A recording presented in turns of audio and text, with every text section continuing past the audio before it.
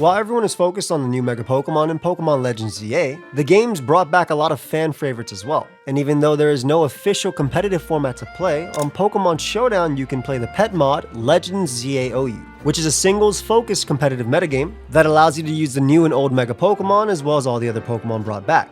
This format even gives their own abilities to the new Mega Pokemon, considering they have none. The top 3 threats that are not Mega Pokemon in Legends ZAOU are Annihilate, Genesect, and Magearna, which isn't a surprise considering how they dominated other metagames in the past. But among all these threats, one Pokemon is stepping up, and it's an unusual Pokemon at that, and that's Grapploct. Grapploct is a pure fighting type introduced in Pokemon Sword and Shield. It has a base 118 attack stat and pretty respectable base 90 and 80 defenses and really low speed. It has a cool signature move in Octolock, which traps you and lowers your defenses every turn. But even with that, it was never seen as viable. In fact, on Smogon, it's tiered on the lowest tier, Sword and Shield ZU, and their first line says it's unviable in Sword and Shield ZU, stating it's entirely outclassed as a bulky offensive fighting type by Throw and Girder due to their better abilities, overall bulk, and access to knockoff. However, Pokemon Legends ZA changed everything. Technician is an ability that boosts any move 60 base power and lower by 1.5. Unfortunately, Grapploct didn't really have any moves that take advantage of this besides Brutal Swing and I guess Power Up Punch. But Legends ZA boosted Grapploct heavy, giving it Stab Mach Punch to be boosted by Technician, Stab Storm Throw, which will always critical hit, and is even stronger than Close Combat when you count the Technician boost, and the best move in the game, Knockoff, to get rid of your opponent's items, allowing Grapploct to easily hit Ghost types but also punish Pokemon upon switching. But new moves aren't always enough to make a Pokemon do well. However, a user by the name Macargo decided that Grapploct definitely deserved a chance, using a Bulk Up, Mach Punch, Storm Throw, knockoff set, with Fist Plate to boost Mach Punch and Storm Throw even further. I found this pretty impressive, especially when they found success with this Pokemon, so let's go over the games. So I'll be showing you guys the replays that Macargo put in the ZAOU Discord, and I thought they were pretty cool, and they're playing in the mid to high 1600s, and the top of the Legends ZA ladder is only about 1800, though it did just jump up to 1900, so I would say this is about high ladder, at least at the time of these games. So let's get into them. So look at the Grapploct and look at its matchup. You have the Cofagrigus, which is a really good answer to it. Magearna could be really annoying too, but let's see what ends up happening. So Cofagrigus is the lead into Talonflame. Talonflame's main goal is to check Excadrill and Magearna here to an extent, right? And also Defog for the team. So they end up getting up Stealth Rock, go for the Defog right there. I think get Flamethrower just to get the chip because they know that they have knockoff on Grapploct later. They go hard out to Crocodile, which is a really, in my opinion, underappreciated Pokemon in the DLC meta. It was a lot better in the regular meta before the DLC, but it's a great Pursuit Trapper. They bring it right out on Poltergeist, and they're able to immediately knock out the Ceruledge. Magearna comes out. Then go for the Earthquake here. It is Shukaberry Magearna, which is a great tech to stop Baxcalibur, stop Excadrill, and get up free Iron defenses. Now, this could be a problem because if you look at their team, Iron Defense plus Calm Mind Magearna can kind of sweep. However, that's why team build well. They have Encore Magearna, which can lock them into an attack, and then they can Volt Switch right out into Grapploct, and this is where it starts to show just how strong that Storm Throw is. So Grapploct comes in, they're locked in, they're going to go for Storm Throw here, which obviously ignores all the boosts. It's going to crit, and that's max defense Magearna, by the way, to be taking that little. And then they follow it up with a knockoff into the Coffin, and that's basically this mon has been dealt with.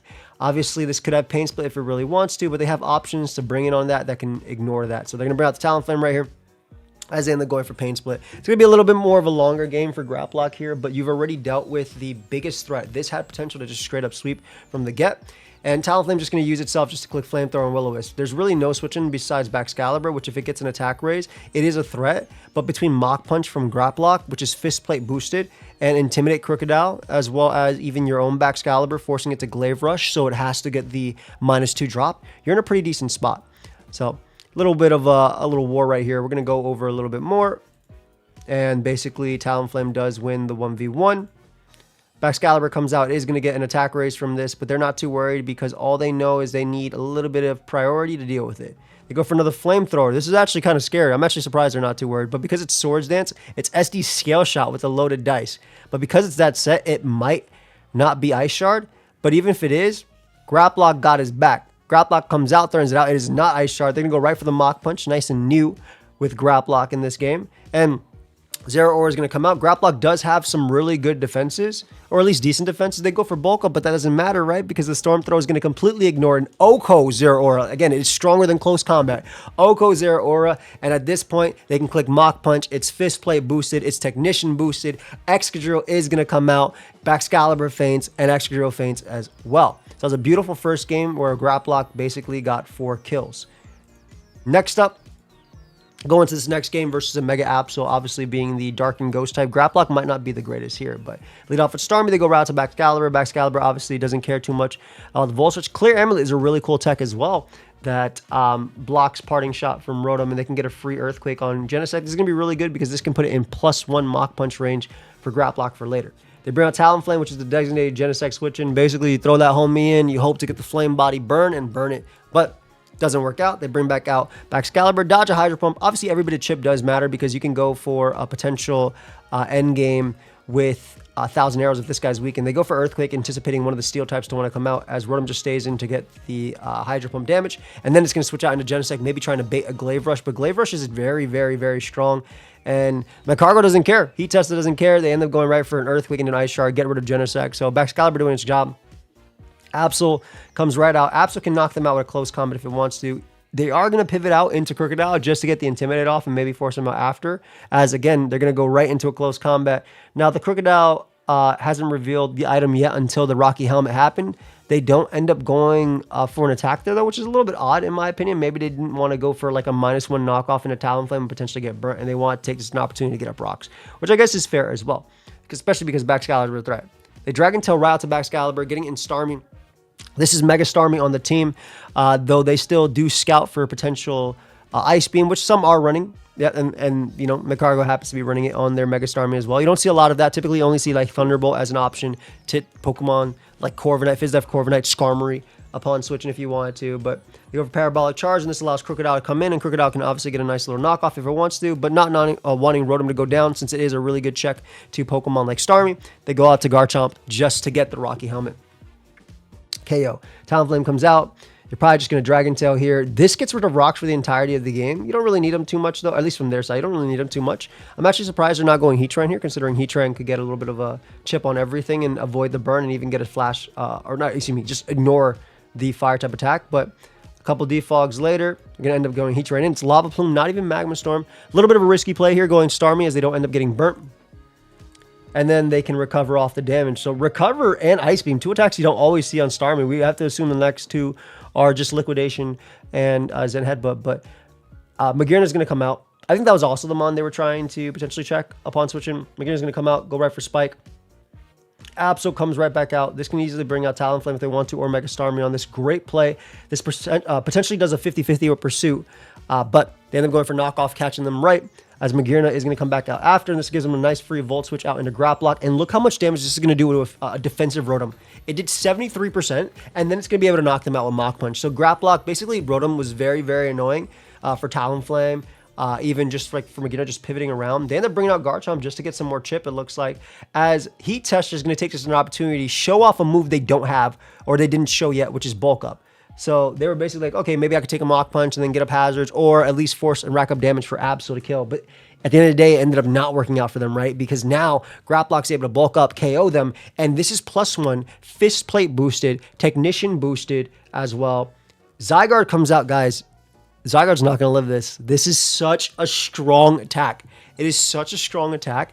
And obviously, at this point, Absol cannot KO them, and neither can the Heatran, which would go down to Mach Punch at that point. So we do have another replay right here, which I unfortunately started at the beginning, at the end. But I do have a replay as well that was really close too. But I want to just show off what Grapploct can do, because it's just overall, it is decently bulky if you run HP, right? It has good stats all around. But go out to Crocodile on the Plasma Fist from Zero Aura. We are going to see the switch out to Garchomp. This should be a free Rocks or an EQ just to not mess around just in case they end up going for close combat, which you give it a take.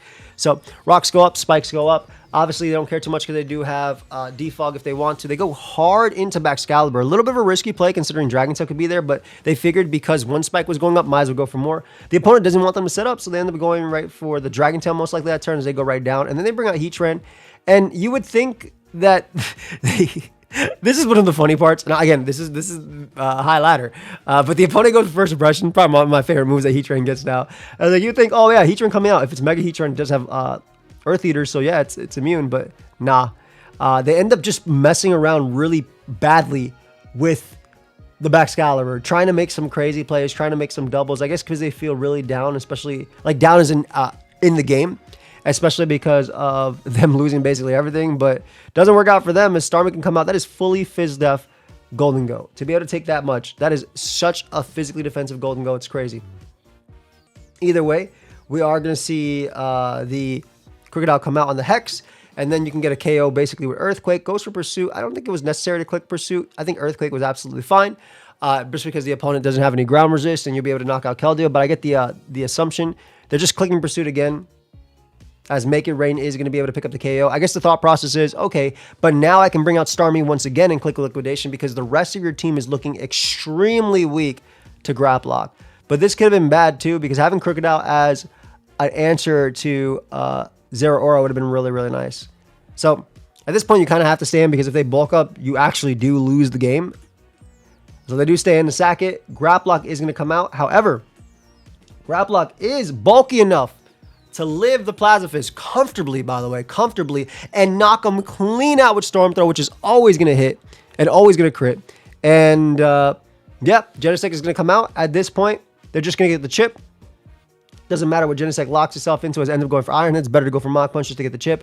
And at this point, they can go right out into Talonflame and pick up the KO here because Keldeo is at 23%, 24%, and even less after Stealth Rock. It will be two-shot by Flame Thrower, and the Magearna always lives a hit anyway. It turns out it's actually Scarf Talonflame, so maybe there was a world where if they brought that in, then they went Magearna after, they might have been able to win with Genesect's Life Orb Blaze Kick, but we'll never know because they're able to do their thing. But yeah, the fact that the Grapploct has 224 HP, not even max, is just really nice. It's Black Belt, by the way, not Fist Plate, which is the same thing. Black Belt, Fist Plate, same thing. And then the last game, we have Grapploct just showing off some of its damage into Pokemon that resist its attacks, right? So Grapploct lead into Garchomp. They're going to go right for the bulk up turn 1 just to get a strong Storm Throw after. This thing does threaten Ice Punch, which is interesting, but Hawlucha comes out, and it takes so much, 96% from a +1 resisted move. They're going to knock him out with the Mach Punch right there. And then Meowstic is going to come out. Obviously, this is Mega Meowstic. It does have the Expanding Force. It does have the Psychic Terrain. Now, I'm going to just give you a little bit of a heads up. This game is... And they want to take Crocodile, which is why they ended up going for Alluring Voice. Armor Rouge is going to come out. This game is, I believe, a loss for the Grapploct, but I just want to show off the overall damage there as well. Obviously, Macargo did not have... unbeatable games. And obviously this is really good too because you get the Endure, you get the weak armor and everything there too. Really good play by Lil over there because you get the weakness policy as well. Now you do have priority, but now you have to mess around with Expanding Force. I do think maybe keeping Starmie around could have been cool, but I'm not really here to judge in terms of how they're playing there. But Second Terrain is going to end in a sec. I do think Starmie, again, being around because it's faster and everything and his hits really, really, really hard. But Grapploct can come out after and at least Revenge Kill, stop the Armor Rouge from going down. Let's see if they do call this though and they go for knockoff. They actually do. They make a fantastic call, go for knockoff, even get a crit on that Pokemon. And basically at this point, you kind of had to make a play like that because you're either out or not. And if they double back to Armor Rouge, they also get a kill. So they're going to go Magearna here. They are going to get up a Spike, and this is going to allow them to KO Armor Rouge and the Meowstic as well. And at this point, Garchomp is still pretty threatening, though. Not really Genesect because you do have the Talonflame. And Overqwil is really cool in this metagame because it does have access to Mortal Spin. That's another mon that got like severely buffed in this. And it's actually pain splitting and 1v1ing the Magearna, or at least putting them low in range of Earthquake from Garchomp. Exactly. So Earthquake's going to be able to take them down. They're going to go Talonflame, miss a Will-O-Wisp, which is really unfortunate, as it ends up being Leftovers SD. They're going to go Crocodile, but at this point, too many SDs is enough. So we're still a really good game, in my opinion. And the fact that Grapploct did so much, and also obviously was able to predict, I really like to show that. But overall, I really did enjoy looking at this, and I hope you kind of enjoyed looking at the Mon as well, put in some work. Seeing Pokemon put in work that are either forgotten or just not good in general is really cool. They do have a little bit of speed here for Melmetal, but this is basically the set. So if you want to go ahead and try out Grapploct for yourself, feel free to. Big shout out to Macargo. They have no idea that I was doing this video, but I saw them post some really cool replays and I felt like it was awesome. Shout out to Joe as well for the awesome editing, and I'll see you guys in the next one. Feel free to subscribe to Pokeaim Plus. Check out my main channel. Peace.